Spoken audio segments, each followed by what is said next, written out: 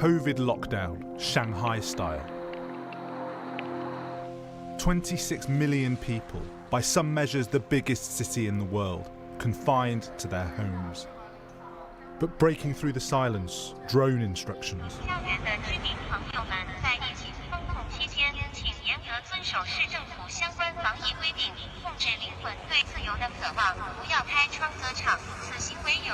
There have been desperate complaints of shortages of food, water and medicines, overburdened delivery networks, and growing protests.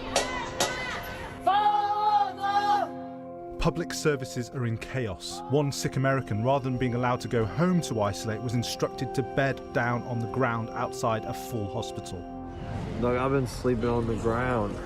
Man, our lockdowns are just a little different, you know? When they say that you're locked down, there's no going outside, there's no opening your doors. It's, you know, you just kind of do as you're told. It's not just Shanghai. Across China, some 23 cities and 200 million people are under full or partial lockdown. And that's all having a severe impact on the massive Chinese economy. The Wuhan lockdown at the start of the pandemic in 2020 led to a historic collapse in economic activity in China. Amid the Shanghai lockdown, indicators are plunging again. But despite the draconian Shanghai lockdown, which began on the 28th of March, new COVID cases are continuing to rise, reflecting the awesome transmissibility of the Omicron variant. There are two domestic barriers to getting out of this.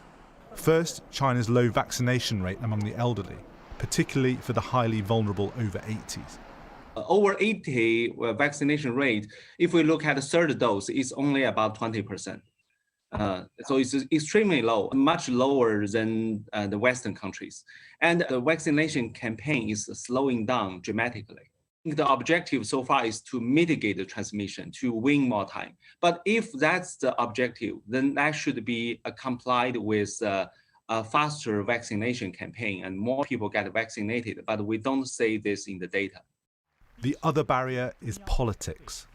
This is very closely associated with President Xi on his political legacy that managed to create a zero-COVID society.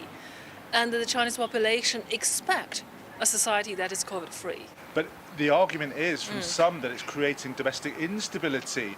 Does there come a point where there's more instability from the policy than there is from abandoning it? Well, there's an interesting contradiction in here. It's almost like a chicken or egg question, exactly what he wanted. He can't have a stability, but then he cannot have an economic prosperity.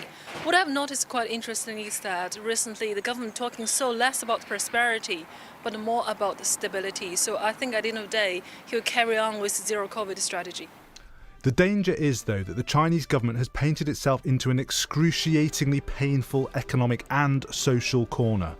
The lockdown situation in China is not only a threat to the Chinese economy, but the world economy as well, very much including the UK. Shanghai is home to the world's largest container port, which is now hobbled. The fear is of disruption to global supply chains, which are already severely stressed.